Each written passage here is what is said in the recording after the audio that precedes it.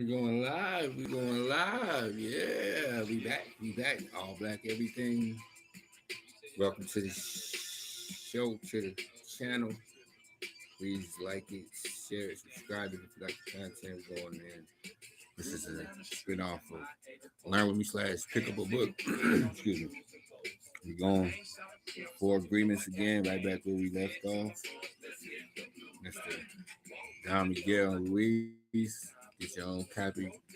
Check it out for yourself. Don't take my word for nothing. Just sharing the information. Appreciate you for stepping through this channel. Like I said, like it, share it, subscribe it, do all that goodness. I do not own the rights to this music. That's that good king stuff. Talking that Jim Crow. Mm-hmm. Ask about it. Google it. But we're going to take back off where we left. And we were in the first chapter, Domestication and the Dream of the Planet. Beginning with the language that we speak.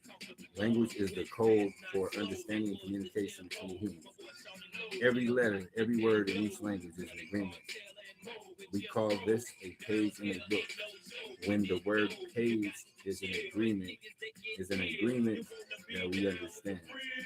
Once we understand the code, our potential is very important. Watch your words. Gotta be understanding of it was not your choice to speak English. You didn't choose your religion or your moral values. They were already there before you were born. We never had the opportunity to choose what to believe or what not to believe. We never chose to even to the smallest of these agreements. We didn't even choose our own name. As children, we didn't have the opportunity to choose our beliefs, but we agreed with the information that was passed to us from the dream of the planet via other humans. The only way to store information is by agreement.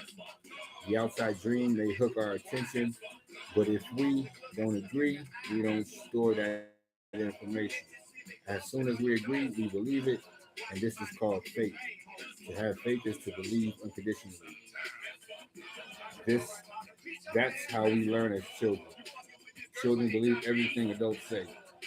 We agree with it. And our faith is so strong that the belief system controls our whole dream of life. We didn't choose these beliefs, and we may have rebelled against them, but we're not strong enough. But we were not strong enough to win that rebellion. The rebellion. The result is surrender to the belief with our agreement. I call this process the domestication of humans. And through the domestication, we learn how to live and how to dream. In human domestication, the information from the outside dream is conveyed to the inside dream, creating our whole belief system, or BS, as the young man Ralph Smart said. Peace to the king. Uh, First, the child is taught the names of things, such as mom, dad, milk, bottle. Day by day, at home, at school, at church, and from television, we are told how to live, what kind of behavior is acceptable. The outside dream teaches us how to be a human. We have a whole concept of what a woman is and what a man is. And we also learn to judge. We judge ourselves, judge other people, judge the neighbors. Children are domesticated the same way that we domesticate a dog, a cat, or any other animal. In order to teach a dog, we punish the dog and we give it rewards.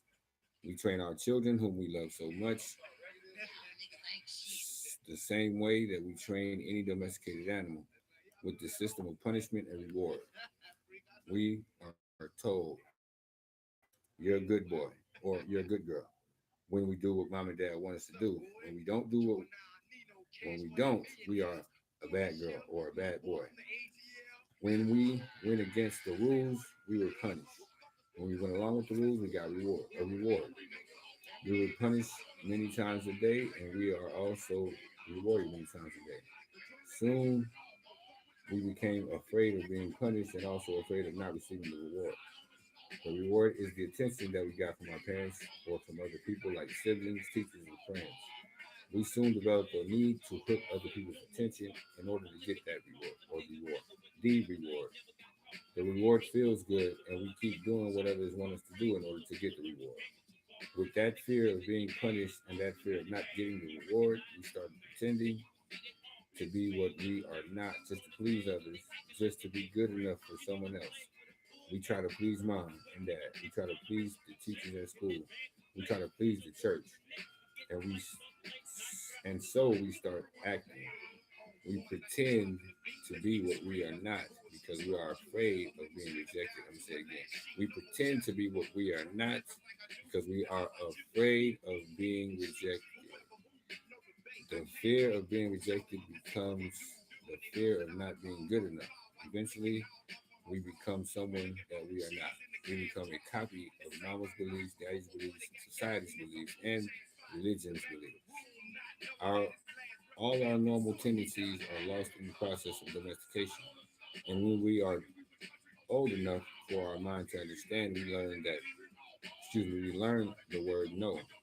The adults say, don't do this and don't do that. We rebel and say, no. We rebel because we are defending our freedom. We want to be ourselves, but we are very little and the adults are big and strong. After a certain time, we are afraid because we know that every time we do something wrong, we are going to be punished. The domestication is so strong that at a certain point in our lives, we no longer need anyone to domesticate us. It's that learned behavior right there. We don't need mom or dad, the school, or the church to domesticate us. We are so well trained that we are our own domesticator. We are an auto domesticated animal. We can now domesticate ourselves according to the same belief system we were given and use the same system of punishment and reward. We punish ourselves when we don't follow the rules according to our belief system. We reward ourselves when we are the good boy or girl, good girl. The belief system is like a book of law that rules our mind. Without question, whatever is in that book of law is our truth. We base all of our judgments according to the book of law. Even if these judgments go, Even if these judgments go against our own inner nature, even moral laws like the Ten Commandments are programmed into our mind in the process of domestication. One by one, all the agreements into the book of law, and these agreements rule our dreams. There is something in our minds that judges everybody and everything, including the weather, the dog, the cat, everything.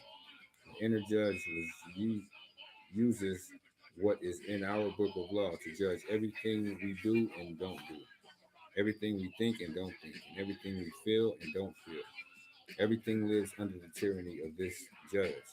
Every time we think or we do something that goes against the book of law, the judge says we are guilty. We need to be punished. We should be ashamed. This happens many times a day, day after day, for all the years of our lives. There is another part of of us that receives this judgment, and this part is called the victim. The victim carries the blame, the guilt, and the shame. It is the part of us that says, poor me, I'm not good enough, I'm not intelligent enough, I'm not attractive enough, I'm not worthy of love, poor me. The big judge agrees and says, yes, you are not good enough. And this is all based on a belief system that we never chose to believe. These beliefs are so strong that even years later, when we are exposed to new concepts and try to make our own decisions, we find that these beliefs still control our lives. Whether Whatever goes against the book of law will make you feel a funny sensation in your solar plex, and it's called fear. Breaking the rules of the book of law opens your emotional wounds, and your reaction is to create emotional poison. Because everything that is in the book of law has to be true. Anything that challenges what you believe is going to make you feel unsafe, even if the book of law is wrong. it makes you feel safe.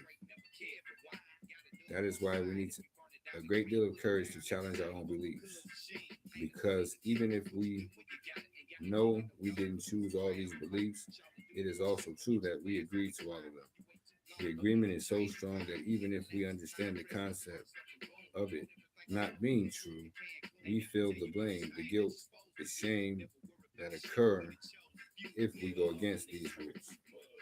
Just as the agreement has a book of laws, the rule that rules society's dream, our belief system is the book of laws that rule our personal dream. All these laws exist in our mind. We believe them. And the judge inside us bases everything on these rules. The judge decrees, the victim suffers the guilt and the punishment. But who says there is justice in the dream, in this dream?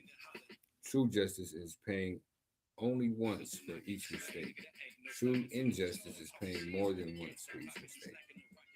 Hmm. Pick it up. How many times do we pay for one mistake? The answer is thousands of times. The human is the only animal on earth that paid 1,000 times for the same mistake. The rest of the animals pay once for every mistake they make, but not us. We may have a powerful memory. We have a powerful memory. We make a mistake, we judge ourselves, we find ourselves guilty, and we punish ourselves. If justice exists, then that was enough. We don't need to do it again.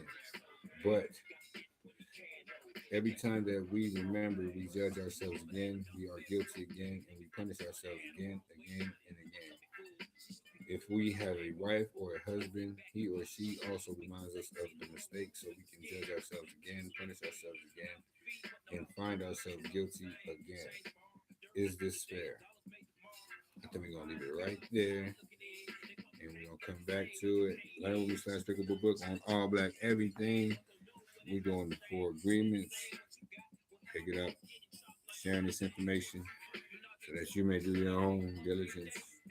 Take my word for it. Never do your own research. We just sharing the information. It's all out there for you. Peace and love. Power, black power on the station. Yeah. All black everything. Like it, share it, subscribe. Content fits. Wear it. Peace. Servitude much.